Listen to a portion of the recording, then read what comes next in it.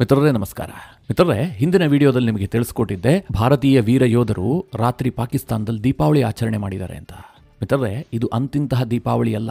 ಪಾಕಿಸ್ತಾನ ಕನಸಿನಲ್ಲೂ ಕೂಡ ಊಹೆ ಮಾಡಿರಲಿಲ್ಲ. ನಮ್ಮ ಪ್ರಧಾನಿ ನರೇಂದ್ರ ಮೋದಿ ಹೇಳಿದ್ರಲ್ಲ, ಈ ಬಾರಿ ಯಾರು ಈ ದಾಳಿಯನ್ನು ಆಯೋಜನೆ ಮಾಡಿದಾರೋ, ಯಾರು ಈ ದಾಳಿಗೆ ಕಾರಣಕರ್ತರೋ ಅವರು ಊಹಿಸದಂತಹ ಪ್ರತಿಕ್ರಿಯೆಯನ್ನು ನಾವು ಕೊಡ್ತೀವಿ. ಅದಕ್ಕೆ ಸರಿಯಾಗಿ ಭಾರತ ದಾಳಿಯನ್ನು ಮಾಡಿದೆ. ಒಟ್ಟು 9 ಕಡೆಗಳಲ್ಲಿ ಭಾರತದ ಅಕ್ಯುರೇಟ್ ಆದಂತಹ ದಾಳಿಯಾಗಿದೆ. ಅಂದರೆ ನಿಖರವಾದಂತಹ ದಾಳಿ. ನಾವೇನನ್ನ ಟಾರ್ಗೆಟ್ ಮಾಡಿದ್ವೋ ಅದನ್ನು ಉಡಾಯಿಸಿದೀವಿ. ಈಗ ಇಂಟ್ರೆಸ್ಟಿಂಗ್ ಮಾಹಿತಿಗಳು ಹೊರಗೆ ಬರ್ತಾ ಇದೆ. ಅದೇನು ಕೇಳಿದ್ರೆ, ಮುಖ್ಯವಾಗಿ 3 ಪ್ರಮುಖ ಮಸೀದಿಗಳನ್ನು ಭಾರತೀಯ ಸೈನಿಕರು ಉಡಾಯಿಸಿದ್ದಾರೆ. ಮಿತ್ರರೇ, ಇಲ್ಲಿ ಬಹಳ ಸ್ಪಷ್ಟವಾಗಿ ಹೇಳ್ತಾ ಇದ್ದೀನಿ, ಮಸೀದಿಗಳು ಅಂತಂದ್ರೆ ನಮ್ಮ ಭಾರತದಲ್ಲಿದಾವಲ್ಲ, ಪ್ರಾರ್ಥನೆ ಮಾಡ್ತಾರಲ್ಲ, ಆ ರೀತಿಯ ಮಸೀದಿಗಳಲ್ಲ. ಪಾಕಿಸ್ತಾನದಲ್ಲಿ ಮಸೀದಿಗಳನ್ನು ಟೆರರ್ ಟ್ರೈನಿಂಗ್ ಕ್ಯಾಂಪ್ಗಳಾಗಿ ರೂಪುಗೊಳಿಸಲಾಗಿತ್ತು. ಅಂತಹ ಪ್ರಮುಖವಾದಂತಹ 3 ಮಸೀದಿಗಳನ್ನು ಭಾರತ ಈಗ ಉಡಾಯಿಸಿದೆ. ಎಷ್ಟರ ಮಟ್ಟಿಗೆ ಕೇಳಿದ್ರೆ, ಮುಂಬೈ ಅಟ್ಯಾಕ್ ಆಯ್ತಲ್ಲ, ಆ ಸಮಯದಲ್ಲಿ ಉಗ್ರರಿಗೆ ಟ್ರೈನಿಂಗ್ ಕೊಡಲಾಗಿತ್ತಲ್ಲ, ಆ ಮಸೀದಿಗಳನ್ನು ಕೂಡ ಈಗ ಉಡಾಯಿಸಲಾಗಿದೆ. ಜೊತೆಗೆ ಪಾಕಿಸ್ತಾನ ಈಗ ಏನು ಕ್ಲೈಮ್ ಮಾಡ್ತಾ ಇದೆ, ಭಾರತದ ಫೈಟರ್ ಜೆಟ್ಗಳನ್ನು ನಾವು ಹೊಡೆದಾಕಿದ್ದೀವಿ ಅಂತ. ಆದರೆ ಮಿತ್ರರೇ, ಅದೇ ಪಾಕಿಸ್ತಾನ ಹೇಳ್ತಾ ಇದೆ, ಯಾವುದೇ ಭಾರತದ ಫೈಟರ್ ಪ್ಲೈನ್ಗಳು ನಮ್ಮ ವಾಯು ಪ್ರದೇಶವನ್ನು ಪ್ರವೇಶವೇ ಮಾಡಿಲ್ಲ. ಅಂದರೆ ಪಾಕಿಸ್ತಾನದ ವಾಯು ಪ್ರವೇಶವನ್ನೇ ಮಾಡದೆ ಭಾರತದ ಫೈಟರ್ ಜೆಟ್ಗಳು ಪಾಕಿಸ್ತಾನದಲ್ಲಿ ದೀಪಾವಳಿ ಆಚರಿಸಿದಾವೆ. ಬಹಳ ಇಂಟ್ರೆಸ್ಟಿಂಗ್ ಇದೆ ಆಪರೇಷನ್ ಡೀಟೇಲ್ಸ್. ನಿಮಗೆ ಈ ವಿಡಿಯೋದಲ್ಲಿ ಸವಿಸ್ತಾರವಾಗಿ ಈ ಬಗ್ಗೆ ಮಾಹಿತಿ ಕೊಡ್ತೀನಿ. ಇದರ ಜೊತೆಗೆ ಪಾಕಿಸ್ತಾನ ಈಗಾಗಲೇ ಗಡಿಯಲ್ಲಿ ಯುದ್ಧ ವಿರಾಮವನ್ನು ಉಲ್ಲಂಘನೆ ಮಾಡಿದೆ. ಪಾಕಿಸ್ತಾನ ಸೇನೆ ಗಡಿಯಲ್ಲಿ ಆರ್ಟಿಲರಿ ಗನ್ಸ್ಗಳನ್ನು ಬಳಸಿ ಭಾರತದ ಕಡೆಗೆ ದಾಳಿಯನ್ನು ಮಾಡ್ತಾ ಇದೆ. ಇದಕ್ಕೆ ಪ್ರತಿಯಾಗಿ ಭಾರತ ತನ್ನ ಹೋವಿಟ್ಜರ್ಗಳನ್ನು ಬಳಸಿ ಪಾಕ್ ಕಡೆಗೆ ದಾಳಿ ಮಾಡ್ತಾ ಇದೆ. ಇದರಿಂದ ಪಾಕಿಸ್ತಾನದ ಸೇನೆಗೆ ಊಹಿಸಲು ಅಸಾಧ್ಯವಾದಂತಹ ಹಾನಿ ಆಗ್ತಾ ಇದೆ ಅನ್ನುವಂಥ ವರದಿ ಆಗ್ತಾ ಇದೆ. ಅಂದ್ರೆ ಗಡಿ ತುಂಬಾ ಬ್ಯುಸಿ ಆಗ್ತಾ ಇದೆ. ಪಾಕಿಸ್ತಾನ ಈಗಾಗಲೇ ಪ್ರತಿ ದಾಳಿ ಮಾಡ್ತೀವಿ ಅಂತ ಘೋಷಣೆ ಮಾಡಿದೆ. ಹೀಗಾಗಿ ಅದು ಎಲ್ಲಿ ದಾಳಿ ಮಾಡೋದಕ್ಕೆ ಯತ್ನ ಮಾಡುತ್ತೆ, ಏನ್ ಮಾಡುತ್ತೆ, ಇದು ಕೂಡ ಬಹಳ ಇಂಟ್ರೆಸ್ಟಿಂಗ್ ವಿಚಾರ. ಈಗ ಬಾಲ್ ಬಂದ್ಬಿಟ್ಟು ಪಾಕಿಸ್ತಾನದ ಕೋರ್ಟ್ನಲ್ಲಿ ಬಿದ್ದಿದೆ. ಪಾಕಿಸ್ತಾನ ಯಾವ ರೀತಿಯಾಗಿ ಪ್ರತಿಕ್ರಿಯಿಸುತ್ತೆ ಅನ್ನೋದ್ರ ಮೇಲೆ ಮುಂದಿನ ಯುದ್ಧದ ಗತಿ ನಿರ್ಧಾರ ಆಗುತ್ತೆ. ಮಿತ್ರರೇ, ಈ ವಿಡಿಯೋದಲ್ಲಿ ಈ ಬಗ್ಗೆ ಸ್ವಲ್ಪ ಡೀಟೇಲ್ ಆಗಿ ಮಾಹಿತಿ ಕೊಡ್ತೀನಿ. ನೀವು ಈ ವಿಡಿಯೋನ ಕೊನೆವರೆಗೂ ಮಿಸ್ ಮಾಡದೆ ನೋಡಿ. ಮಿತ್ರರೇ, ರಾತ್ರಿ 1:44 ಪಾಕಿಸ್ತಾನದಲ್ಲಿ ದೀಪಾವಳಿಯನ್ನ ನಮ್ಮ ಸೈನಿಕರು ಆಚರಣೆ ಮಾಡಿದ್ರು. ಒಂದಾಗ್ತಿದ್ದ ಹಾಗೆ ಒಂದು ಟಾರ್ಗೆಟ್ ಧ್ವಂಸ ಆಗೋದಕ್ಕೆ ಶುರುವಾಯಿತು. ಒಟ್ಟು 9 ಟಾರ್ಗೆಟ್ಗಳನ್ನು ಉಡೀಸ್ ಮಾಡಿದ್ದಾರೆ. ಮಿತ್ರರೇ, ಇಲ್ಲಿ ಗಮನಿಸಬೇಕಾದ ಅಂಶ ಏನು ಗೊತ್ತಾ, ಭಾರತದ ಯಾವುದೇ ಫೈಟರ್ ಜೆಟ್ಗಳು ಕೂಡ ಪಾಕಿಸ್ತಾನವನ್ನು ಪ್ರವೇಶವೇ ಮಾಡಿರಲಿಲ್ಲ. ಮತ್ತೆ ಹೇಗೆ ದಾಳಿ ಮಾಡೋದಕ್ಕೆ ಸಾಧ್ಯ ಅಂತ ನಿಮಗೊಂದು ಪ್ರಶ್ನೆ ಬರಬಹುದು. ಮಿತ್ರರೇ, ಭಾರತದ ಫೈಟರ್ ಜೆಟ್ಗಳ ಬಳಿಯಲ್ಲಿ ಅತ್ಯಾಧುನಿಕವಾದಂತಹ ಏರ್ ಟು ಸರ್ಫೇಸ್ ಮಿಸೈಲ್ಗಳಿದ್ದಾವೆ. ಮುಖ್ಯವಾಗಿ ಹ್ಯಾಮರ್ ಇರಬಹುದು, ಸ್ಕಾಲ್ಫ್ ಮಿಸೈಲ್ಗಳಿರಬಹುದು, ಅಥವಾ ನಮ್ಮ ಬ್ರಹ್ಮೋಸ್ ಕ್ಷಿಪಣಿಗಳಿರಬಹುದು. ಇದೆಲ್ಲವೂ ಕೂಡ 300 ರಿಂದ 500 ಕಿಲೋಮೀಟರ್ ವರೆಗೆ ರೇಂಜ್ ಅನ್ನು ಹೊಂದಿದ್ದಾವೆ. ಹೀಗಾಗಿ ಪಾಕಿಸ್ತಾನದ ವಾಯು ಪ್ರದೇಶವನ್ನು ನಾವು ಪ್ರವೇಶ ಮಾಡೋದೇ ಅವಶ್ಯಕತೆ ಇಲ್ಲ. ನಮ್ಮ ವಾಯು ಪ್ರದೇಶದಲ್ಲೇ ನಿಂತ್ಕೊಂಡು ಪಾಕಿಸ್ತಾನದ ಕಡೆಗೆ ಏರ್ ಟು ಸರ್ಫೇಸ್ ಮಿಸೈಲ್ ಅನ್ನು ಉಡಾಯಿಸಬಹುದು. ಇದರಿಂದ ಹಾನಿ ಮಾಡಬಹುದು. ಬಹಳ ಅಕ್ಯುರೇಟ್ ಆಗಿ ದಾಳಿ ಮಾಡ್ತವೆ. ಪಾಕಿಸ್ತಾನದ ವಿದೇಶಾಂಗ ಇಲಾಖೆ ಈ ಬಗ್ಗೆ ಸ್ಪಷ್ಟನೆಯನ್ನು ಹೊರಡಿಸಿದೆ. ಭಾರತದ ಯಾವುದೇ ಫೈಟರ್ ಜೆಟ್ಗಳು ಕೂಡ ನಮ್ಮ ವಾಯು ಪ್ರದೇಶವನ್ನ ಪ್ರವೇಶ ಮಾಡಿಲ್ಲ ಹೀಗಂತ ಪಾಕಿಸ್ತಾನವೇ ಹೇಳ್ತಾ ಇದೆ. ಯಾಕೆ ನಾನು ಇದನ್ನ ಇಲ್ಲಿ ಉಲ್ಲೇಖ ಮಾಡ್ತಾ ಇದ್ದೀನಿ ಅಂತಂದ್ರೆ, ಪಾಕಿಸ್ತಾನದಲ್ಲಿ ಈಗ ಸುದ್ದಿ ಹರಡಲಾಗ್ತಾ ಇದೆ, ಭಾರತೀಯ ಫೈಟರ್ ಜೆಟ್ಗಳು, ಅದರಲ್ಲೂ ಮುಖ್ಯವಾಗಿ ರಫೇಲ್ ಅನ್ನ ಪಾಕಿಸ್ತಾನ ಹೊಡೆದಾಕಿದೆ ಅಂತ. ಭಾರತೀಯ ಸೇನೆಯ ಮಿಗ್ ವಿಮಾನ ಬಿದ್ದಂತಹ, ಅಂದ್ರೆ 2 ವರ್ಷದ ಹಿಂದೆ ಬಿದ್ದಂತಹ ಒಂದು ಫೈಟರ್ ಜೆಟ್ನ ಫೋಟೋವನ್ನು ರಿಲೀಸ್ ಮಾಡಿ ನಾವು ರಫೇಲ್ ಅನ್ನು ಹೊಡೆದಿದ್ದೀವಿ ಅಂತ ಪಾಕಿಸ್ತಾನದಲ್ಲಿ ವೈರಲ್ ಮಾಡ್ತಾ ಇದ್ದಾರೆ. ಆದರೆ ಅದೇ ಪಾಕಿಸ್ತಾನ ಹೇಳ್ತಾ ಇದೆ, ಭಾರತದ ಫೈಟರ್ ಜೆಟ್ಗಳು ನಮ್ಮ ವಾಯು ಪ್ರದೇಶವನ್ನೇ ಪ್ರವೇಶ ಮಾಡಿಲ್ಲ ಅಂತ. ಹೀಗಾಗಿ ಅವರು ನಮ್ಮ ಯುದ್ಧ ವಿಮಾನವನ್ನು ಹೊಡೆಯುವ ಮಾತಿಲ್ಲಿ. ಅಂದ್ರೆ ಭಾರತ ನಮ್ಮ ವಾಯು ಸೀಮೆಯಲ್ಲೇ ನಿಂತ್ಕೊಂಡು ಪಾಕಿಸ್ತಾನವನ್ನು ಉಡಾಯಿಸಿದೆ. ಅದು ಅಕ್ಯುರೇಟ್ ಆದಂತಹ 9 ಟಾರ್ಗೆಟ್ಗಳನ್ನ.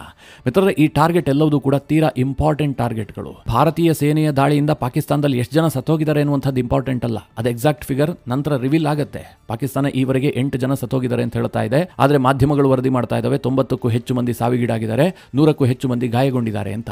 ಸತ್ತವರ ಸಂಖ್ಯೆ 200 ಇರಲಿ, 300 ಇರಲಿ, 50 ಇರಲಿ, 10 ಇರಲಿ, ಅದು ಭಾರತಕ್ಕೆ ಇಂಪಾರ್ಟೆಂಟ್ ಅಲ್ಲ. ನಾವು ಏನನ್ನ ಹೊಡೆದಿದ್ದೀವಿ ಅದು ಇಂಪಾರ್ಟೆಂಟ್. ಯಾಕೆ ಈ ಮಾತನ್ನ ಪದೇ ಪದೇ ಹೇಳ್ತಾ ಇದ್ದೀನಿ ಅಂತಂದ್ರೆ, ಭಾರತ ಪ್ರಮುಖವಾಗಿ 3 ಮಸೀದಿಗಳನ್ನು ಉಡಾಯಿಸಿದೆ. ಮೊದಲನೇದಾಗಿ ಮರೀದ್ ಕೆ ಪ್ರಾಂತ್ಯದಲ್ಲಿದ್ದಂತಹ ಮಸ್ಜಿದ್ ತಯಾಬಾ, ಇದನ್ನ ಭಾರತದ ಏರ್ ಸ್ಟ್ರೈಕ್ ನಲ್ಲಿ ಉಡಾಯಿಸಲಾಗಿದೆ. ಕಂಪ್ಲೀಟ್ ಧ್ವಂಸ ಆಗಿದೆ. ನಿಮಗೆ ಹುಡುಕಿದ್ರು ಒಂದಷ್ಟು ಬೂದಿ ಸಿಗುತ್ತಷ್ಟೇ. ಯಾಕಿದು ಇಂಪಾರ್ಟೆಂಟು ಕೇಳಿದ್ರೆ, ಮುಂಬೈ ದಾಳಿ ಆಯ್ತಲ್ಲ 2008ರಲ್ಲಿ, ಆ ದಾಳಿಗೆ ಬಂದಂತಹ 10 ಉಗ್ರಗಾಮಿಗಳು ಕೂಡ ಇಲ್ಲೇ ಟ್ರೈನಿಂಗ್ ಅನ್ನು ಪಡೆದಿದ್ರು, ಇದೇ ಮಸ್ಜಿದ್ ತಯಾಬಾದಲ್ಲಿ. ಈ ಬಗ್ಗೆ ಭಾರತದಲ್ಲಿ ಸೆರೆ ಸಿಕ್ಕಿದ್ದಂತಹ ಅಜ್ಮಲ್ ಕಸಬ್ ಕಂಪ್ಲೀಟ್ ಆದಂತಹ ಡೀಟೇಲ್ಸ್ ಕೊಟ್ಟಿದ್ದ. ಎಲ್ಲಿದೆ ಈ ಮಸ್ಜಿದ್ ತಯಾಬಾ, ಇಲ್ಲಿ ಯಾವ ರೀತಿಯಾಗಿ ಟ್ರೈನಿಂಗ್ ನಡೆಯುತ್ತೆ, ಎಲ್ಲದನ್ನು ಕೂಡ ಆತ ಕಕ್ಕಿದ್ದ. ಈ ಮಾಹಿತಿ ಭಾರತೀಯ ಸೇನೆ ಕೈಲಿತ್ತು. ಹೀಗಾಗಿ ಅದನ್ನೇ ಟಾರ್ಗೆಟ್ ಮಾಡಿ ಈಗ ಉಡಾಯಿಸಿದ್ದಾರೆ. ಎರಡನೇದಾಗಿ ಮರ್ಕಜ್ ಸುಭಾನಲ್ಲಾ ಮಾಸ್ಕ್, ಇದು ಜೈಷ್ ಎ ಮೊಹಮ್ಮದ್ ಹೆಡ್ ಕ್ವಾರ್ಟರ್ ಇದ್ದಂತೆ. ಇದು ಪಾಕಿಸ್ತಾನದ ಪಂಜಾಬ್ ಪ್ರಾಂತ್ಯದ ಬಹಾವಲ್ಪುರದಲ್ಲಿರುವಂತಹ ಮಾಸ್ಕ್ ಆಗಿತ್ತು. ಇದಕ್ಕೆ ಒಸಾಮಾ ಬಿನ್ ಲಾಡನ್ ಕೂಡ ದೇಣಿಗೆ ಕೊಟ್ಟಿದ್ದಂತೆ ಈ ಬಿಲ್ಡಿಂಗ್ ಅನ್ನು ಕಟ್ಟೋದಕ್ಕೆ. ಇದು ಎಂತಹ ಸುಸಜ್ಜಿತವಾದಂತಹ ಬಿಲ್ಡಿಂಗ್ ಅಂತಂದ್ರೆ ಇದರೊಳಗೆ ಸ್ವಿಮ್ಮಿಂಗ್ ಪೂಲ್ ಇತ್ತು. ಕನಿಷ್ಠ ಪ್ರತಿನಿತ್ಯ 600ಕ್ಕೂ ಹೆಚ್ಚು ಉಗ್ರಗಾಮಿಗಳಿಗೆ ಇಲ್ಲಿ ಟ್ರೈನಿಂಗ್ ಅನ್ನು ಕೊಡಲಾಗ್ತಾ ಇತ್ತು. ಅವರೆಲ್ಲರಿಗೂ ಕೂಡ ಶಸ್ತ್ರಾಸ್ತ್ರದ ಅಭ್ಯಾಸ, ಉಗ್ರರಿಗೆ ಮೂಲಭೂತವಾದ ಶಿಕ್ಷಣವನ್ನು ಕೊಡ್ತಾ ಇದ್ದಂತಹ ಟ್ರೈನಿಂಗ್ ಸೆಂಟರ್ ಈ ಮರ್ಕಜ್ ಸುಭಾನಲ್ಲಾ ಮಾಸ್ಕ್. ಇದನ್ನು ಕೂಡ ಭಾರತೀಯ ಸೇನೆ ಈಗ ಉಡಾಯಿಸಿದೆ. ಇದು ಜೈಷೆ ಮೊಹಮ್ಮದ್ಗೆ ಸೇರಿದಂತಹ ಬಹಳ ದೊಡ್ಡ ಇಂಪಾರ್ಟೆಂಟ್ ಆದಂತಹ ಕಟ್ಟಡ. ಮೂರನೆಯದಾಗಿ ಪಿಒಕೆ ಪ್ರಾಂತ್ಯದಲ್ಲಿದ್ದಂತಹ ಮುಜಾಫರ್ಬಾದ್ನ ಸೈಯದ್ ಮರ್ಕಜ್ ಮಾಸ್ಕ್. ಜಮ್ಮು ಕಾಶ್ಮೀರಕ್ಕೆ ಉಗ್ರರು ಒಳನುಸುಳಿ ಬರ್ತಾರಲ್ಲ, ಇವರೆಲ್ಲರೂ ಕೂಡ ಇದೇ ಮಾಸ್ಕ್ನಲ್ಲಿ ಟ್ರೈನಿಂಗ್ ಪಡೆದು ಬರ್ತಾ ಇದ್ದಂತಹ ಉಗ್ರರು. ಇದನ್ನು ಕೂಡ ಭಾರತ ಸೇನೆ ಈಗ ಉಡಾಯಿಸಿದೆ. ಇಲ್ಲಿ ನಿಮ್ಗೆ ಹುಡುಕಿದ್ರೆ ಏನು ಅವಶೇಷ ಸಿಗೋದಿಲ್ಲ, ಎಲ್ಲ ಬೂದಿ ಧ್ವಂಸ. ಆ ಮಟ್ಟಿಗೆ ಭಾರತೀಯ ಸೇನೆ ಇದನ್ನು ಉಡಾಯಿಸಿದೆ. ಸ್ಕಾಲ್ಫ್ ಮತ್ತು ಹ್ಯಾಮರ್ ಮಿಸೈಲ್ ದಾಳಿಗೆ ಎಲ್ಲವೂ ಕೂಡ ಪುಡಿ ಪುಡಿ ಆಗಿದೆ. ಅಷ್ಟು ಅಕ್ಯುರೇಟ್ ಆಗಿ, ಅಷ್ಟು ಪಿನ್ ಪಾಯಿಂಟ್ ಅಲ್ಲಿ ದಾಳಿ ಮಾಡಲಾಗಿದೆ. ಸದ್ಯ ಮಿತ್ರರೇ, ಬಾಲ್ ಪಾಕಿಸ್ತಾನದ ಕೋರ್ಟ್ಗೆ ಹೋಗ್ಬಿದ್ದಿದೆ. ಯಾಕೆಂದ್ರೆ ಭಾರತ ಟಾರ್ಗೆಟ್ ಮಾಡುತ್ತೆ, ದಾಳಿ ಮಾಡುತ್ತೆ, ಪಹಲ್ಗಾಮ್ ಅಟ್ಯಾಕ್ಗೆ ಪ್ರತೀಕಾರವನ್ನು ತೆಗೆದುಕೊಳ್ಳುತ್ತೆ ಅನ್ನುವಂಥದ್ದು ಕನ್ಫರ್ಮ್ ಆಗಿದ್ದಂತಹ ವಿಚಾರ. ಪಾಕಿಸ್ತಾನದ ರಕ್ಷಣಾ ಸಚಿವ ಪದೇ ಪದೇ ಹೇಳ್ತಾ ಇದ್ದ, ಇನ್ನು 2 ದಿನದಲ್ಲಿ ದಾಳಿ ಆಗುತ್ತೆ, 3 ದಿನದಲ್ಲಿ ದಾಳಿ ಆಗುತ್ತೆ, ಪಿಒಕೆಲ್ ದಾಳಿ ಆಗುತ್ತೆ. ಅವರು ಅದಕ್ಕೆ ಸಜ್ಜಾಗಿದ್ರು. ಪಾಕಿಸ್ತಾನದ ಸೇನೆ ಸರ್ವಸನ್ನದ್ಧವಾಗಿತ್ತು, ಭಾರತದ ದಾಳಿಯನ್ನು ನಾವು ತಡೆದೇ ತಳಿತೀವಿ ಅಂತ. ಆದರೆ ಪಾಕಿಸ್ತಾನದ ಸೇನೆ ಕಂಪ್ಲೀಟ್ ವಿಫಲವಾಗಿದೆ. ಭಾರತೀಯ ಸೇನೆಯ ಆರ್ಭಟದ ಮುಂದೆ ಪಾಕಿಸ್ತಾನದ ಸೇನೆ ಮಂಕಾಗಿ ಹೋಗಿದೆ. ಹೀಗಾಗಿ ಅವರು ಈಗ ಒತ್ತಡಕ್ಕೊಳಗಾಗಿದ್ದಾರೆ, ಮುಖ್ಯವಾಗಿ ಆಸಿಮ್ ಮುನೀರ್. ಮಿತ್ರರೇ, ಪಾಕಿಸ್ತಾನದ ಮಿಲಿಟರಿ ಎಷ್ಟು ಭ್ರಷ್ಟಾಚಾರದಲ್ಲಿ ಮಗ್ನವಾಗಿದೆ ಅಂತಂದ್ರೆ ನೀವು ಊಹೆ ಮಾಡೋದಕ್ಕೂ ಸಾಧ್ಯವಿಲ್ಲ. ಅವರು ಇಡೀ ದೇಶವನ್ನು ಕಂಟ್ರೋಲ್ನಲ್ಲಿ ಇಟ್ಕೊಂಡಿದ್ದಾರೆ. ಆರ್ಮಿಯ ಪ್ರತಿಯೊಬ್ಬ ಅಧಿಕಾರಿಯೂ ಕೂಡ ಸಿಕ್ಕಾಪಟ್ಟೆ ದೊಡ್ಡ ಭ್ರಷ್ಟಾಚಾರಿಗಳು.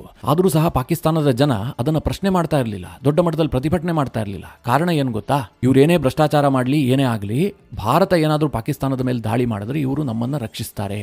ಪಾಕಿಸ್ತಾನ ಇವತ್ತು ಉಳ್ಕೊಳ್ಬೇಕು ಅಂತಂದ್ರೆ ನಮ್ಮ ಆರ್ಮಿ ಇರಬೇಕು ಅಂತ ಅಲ್ಲಿನ ಜನ ನಂಬಿದ್ರು. ಆದರೆ ಮಿತ್ರರೇ, ಇವತ್ತು ಭಾರತದ ಆರ್ಭಟದ ಮುಂದೆ ಪಾಕಿಸ್ತಾನದ ಸೇನೆ ಅಕ್ಷರಶಃ ಶರಣಾಗ್ಬಿಟ್ಟಿದೆ. ಅವರು ಯಾವುದೇ ದಾಳಿಯನ್ನು ತಡೆಯೋದಕ್ಕೆ ಸಾಧ್ಯ ಆಗಿಲ್ಲ. ಭಾರತ ಅಷ್ಟು ಅಕ್ಯುರೇಟ್ ಆಗಿ ದಾಳಿ ಮಾಡಿದೆ. ಹೀಗಾಗಿ ಪಾಕಿಸ್ತಾನದ ಸೇನೆ ಸಹಜವಾಗಿ ಬಹಳ ಒತ್ತಡಕ್ಕೊಳಗಾಗಿದೆ.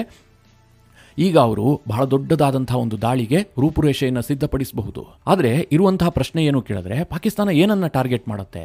ಈಗ ಭಾರತಕ್ಕೆ ಫಿಕ್ಸ್ ಆದಂತಹ ಟಾರ್ಗೆಟ್ ಇತ್ತು. ಭಾರತ ಮೊದಲಿನಿಂದಲೂ ಹೇಳ್ತಾ ಇತ್ತು, ನಾವು ಉಗ್ರರನ್ನು ನಾಶ ಮಾಡ್ತೀವಿ. ಪಾಕಿಸ್ತಾನದಲ್ಲಿ ಎಲ್ಲೆಲ್ಲಿ ಉಗ್ರರಿದ್ದಾರೆ ಅಂತ ನಮಗೆ ಗೊತ್ತಿತ್ತು ಅಂತ. ಆದರೆ ಭಾರತ ಯಾವುದೇ ಉಗ್ರಗಾಮಿಗಳನ್ನು ಪೋಷಿಸೋದಿಲ್ಲ. ಪಾಕಿಸ್ತಾನ ಅದನ್ನು ಸಾಬೀತು ಮಾಡೋದಕ್ಕೆ ಇವತ್ತಿಗೂ ಸಾಧ್ಯ ಆಗಿಲ್ಲ. ಆ ಮಾತೆತ್ತೋದಕ್ಕೆ ಸಾಧ್ಯ ಆಗಿಲ್ಲ. ಹೀಗಾಗಿ ಭಾರತದಲ್ಲಿ ಯಾವುದೋ ಉಗ್ರ ನೆಲೆ ಇದೆ, ನಾವು ಅದನ್ನು ನಾಶ ಮಾಡಿದ್ವಿ ಅಂತಂದರೆ ಜಗತ್ತು ಒಪ್ಪೋದಿಲ್ಲ. ಪಾಕಿಸ್ತಾನ ಟಾರ್ಗೆಟ್ ಮಾಡೋದಾದರೆ ನಮ್ಮ ಮಿಲಿಟರಿ ಫೆಸಿಲಿಟೀಸನ್ನೇ ಟಾರ್ಗೆಟ್ ಮಾಡಬೇಕು.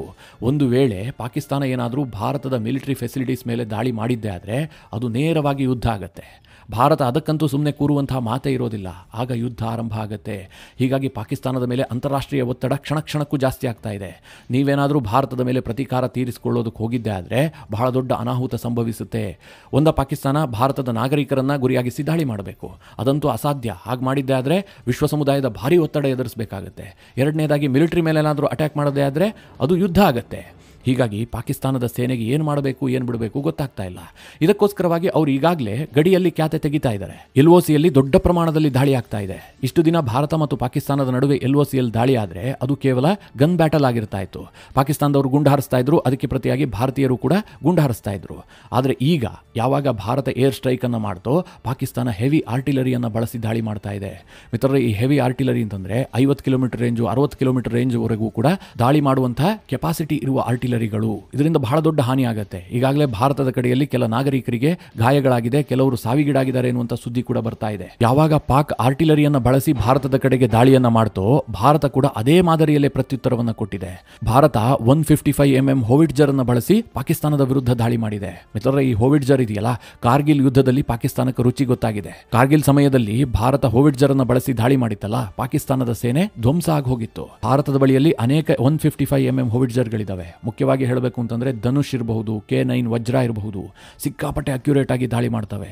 ಮಾಧ್ಯಮಗಳು ವರದಿ ಮಾಡ್ತಿರುವಂತೆ ಭಾರತ ಗಡಿಯಲ್ಲಿ ಮಾಡ್ತಿರುವಂತಹ ದಾಳಿಯಿಂದಾಗಿ ಪಾಕಿಸ್ತಾನದ ಸೇನೆಗೆ ಬಹಳ ಡ್ಯಾಮೇಜ್ ಆಗಿದೆ, ಹೀಗಂತ ವರದಿ ಮಾಡ್ತಾ ಇದ್ದಾರೆ. ಇನ್ನು ಈ ಬಗ್ಗೆ ಮಾತನಾಡಿರುವಂತಹ ಟ್ರಂಪ್ ಇದು ನಿರೀಕ್ಷಿತ ಅನ್ನುವ ಹಂತದಲ್ಲಿ ಮಾತನಾಡಿದ್ದಾರೆ. ಅಂದ್ರೆ ಭಾರತ ಮತ್ತು ಪಾಕಿಸ್ತಾನದ ನಡುವೆ ಬಹಳ ದೊಡ್ಡ ಸಂಘರ್ಷ ಇತ್ತು, ಬಹಳ ಕಾಲದಿಂದ ಇತ್ತು, ಇದೆಲ್ಲದೂ ಕೂಡ ನಿರೀಕ್ಷಿತ, ಇದರಲ್ಲೇನು ಹೊಸತಿಲ್ಲ.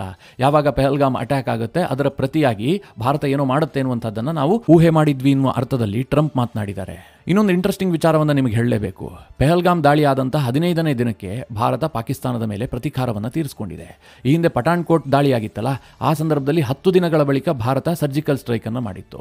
ಪುಲ್ವಾಮಾದ ದಾಳಿಯಾದ 12 ದಿನದಲ್ಲಿ ಭಾರತ ಏರ್ ಸ್ಟ್ರೈಕ್ ಅನ್ನು ಮಾಡಿತ್ತು, ಅದು ಕೂಡ ಬಾಲಾಕೋಟ್ನಲ್ಲಿ. ಆದರೆ ಈ ಬಾರಿ ಭಾರತ ಅತ್ಯಂತ ಭೀಕರವಾದಂತಹ ದಾಳಿಯನ್ನು ಪಾಕಿಸ್ತಾನದ ಮೇಲೆ ಮಾಡಿದೆ. ಈ ಹಿಂದಿನ ಏರ್ ಸ್ಟ್ರೈಕ್ ಇರಬಹುದು ಅಥವಾ ಸರ್ಜಿಕಲ್ ಸ್ಟ್ರೈಕ್ ಇರಬಹುದು, ಒಂದೇ ಪ್ರದೇಶವನ್ನು ಗುರಿ ಮಾಡಿ ದಾಳಿ ಮಾಡಿದಂತಹದ್ದಾಗಿತ್ತು. ಆದರೆ ಈ ಬಾರಿ ಒಂದು ಪ್ರದೇಶ ಅಲ್ಲ, ಬರೋಬ್ಬರಿ 9 ಟಾರ್ಗೆಟ್ಗಳನ್ನು ಭಾರತ ಉಡಾಯಿಸಿದೆ. ಅದು ಕೂಡ ಪಂಜಾಬ್ ಪ್ರಾವಿನ್ಸ್ನಲ್ಲಿ ಭಾರತ ದಾಳಿ ಮಾಡಿರೋದಿದೆಯಲ್ಲ, ಇದು ಐತಿಹಾಸಿಕ, ಭಾರತದ ಇತಿಹಾಸದಲ್ಲಿ ದಾಖಲಾಗುವಂತಹ ದಾಳಿ ಇದು. ಈ ಪಂಜಾಬ್ ಪ್ರಾಂತ್ಯವನ್ನ ಪಾಕಿಸ್ತಾನದ ಹಾರ್ಟ್ ಅಂತ ಕರೆಯಲಾಗುತ್ತೆ, ಹೃದಯ ಭಾಗ. ಅದಕ್ಕೆ ಹೊಡೆದಿದ್ದಾರೆ ಅಂತಂದ್ರೆ ಪಾಕಿಸ್ತಾನ ಸಹಜವಾಗಿ ಮುಟ್ಟಿ ನೋಡಿಕೊಳ್ಬೇಕು. ಪಾಕಿಸ್ತಾನದ ಸೇನೆ ಯಾವ ಮಟ್ಟಿನ ಒತ್ತಡದಲ್ಲಿದೆ ಅಂತಂದರೆ ಊಹೆ ಮಾಡೋದಕ್ಕೂ ಸಾಧ್ಯ ಇಲ್ಲ. ನನಗನ್ಸುತ್ತೆ ಮಿತ್ರರೇ, ಪಾಕಿಸ್ತಾನ ತನ್ನ ವಾಯುಪಡೆಯನ್ನು ಬಳಸಿ ದಾಳಿ ಮಾಡೋದಕ್ಕೆ ಮುಂದಾಗಬಹುದು. ಆ ಧೈರ್ಯ ಅವರಿಗಿಲ್ಲ. ಆ ಸಂದರ್ಭದಲ್ಲಿ ಭಾರತ ಬಹಳ ದೊಡ್ಡ ಪ್ರತ್ಯುತ್ತರವನ್ನು ಕೊಡುತ್ತೆ. ಪಾಕಿಸ್ತಾನಕ್ಕೆ ಇನ್ನೂ ಹೆಚ್ಚಿನ ಹಾನಿಯಾಗುವಂಥ ಎಲ್ಲ ಸಾಧ್ಯತೆಗಳು ಕೂಡ ಇದೆ. ಮಿತ್ರರೇ, ಮುಂದಿನ ಕೆಲ ಗಂಟೆಗಳು ಬಹಳ ಕ್ರೂಷಿಯಲ್, ಸಾಕಷ್ಟು ಡೆವಲಪ್ಮೆಂಟ್ಗಳಾಗ್ತವೆ. ಆ ಸಂದರ್ಭದಲ್ಲಿ ನಿಮಗೆ ಡೀಟೇಲ್ ಆಗಿ ತಿಳಿಸ್ಕೊಡುವಂತಹ ಪ್ರಯತ್ನ ಮಾಡ್ತೀನಿ. ಭಾರತೀಯ ಸೇನೆ ಕೂಡ ಈ ಆಪರೇಷನ್ನ ಬಗ್ಗೆ ಕಂಪ್ಲೀಟ್ ಆದಂಥ ಮಾಹಿತಿಯನ್ನು ಹೊರಗಿಡುತ್ತೆ. ಆ ಸಂದರ್ಭದಲ್ಲೂ ಕೂಡ ನಿಮಗೆ ವಿಡಿಯೋ ಮಾಡಿ ತಿಳಿಸುವಂತಹ ಪ್ರಯತ್ನ ಮಾಡ್ತೀನಿ. ಈ ಬಗ್ಗೆ ನಿಮ್ಮ ಅನಿಸಿಕೆ ಅಭಿಪ್ರಾಯವನ್ನು ಕಮೆಂಟ್ ಮಾಡುವ ಮೂಲಕ ನಮಗೆ ತಿಳಿಸಿ. ಹಾಗೆ ನಿಮಗೆ ಈ ವಿಡಿಯೋ ಇಷ್ಟವಾದರೆ ಲೈಕ್ ಮಾಡಿ. ಜೊತೆಗೆ ನೀವಿನ್ನೂ ನಿಮ್ಮ ನೆಚ್ಚಿನ ಸಂಸ್ಕಾರ ಸೌರಭ ಯೂಟ್ಯೂಬ್ ಚಾನಲ್ನ ಸಬ್ಸ್ಕ್ರೈಬ್ ಮಾಡಿಲ್ಲ ಅಂತಾದರೆ ಈ ಕೂಡಲೇ ಸಬ್ಸ್ಕ್ರೈಬ್ ಮಾಡಿ ಮುಂದಿನ ಎಲ್ಲ ಅಪ್ಡೇಟ್ಗಳ ನೋಟಿಫಿಕೇಷನ್ಗಾಗಿ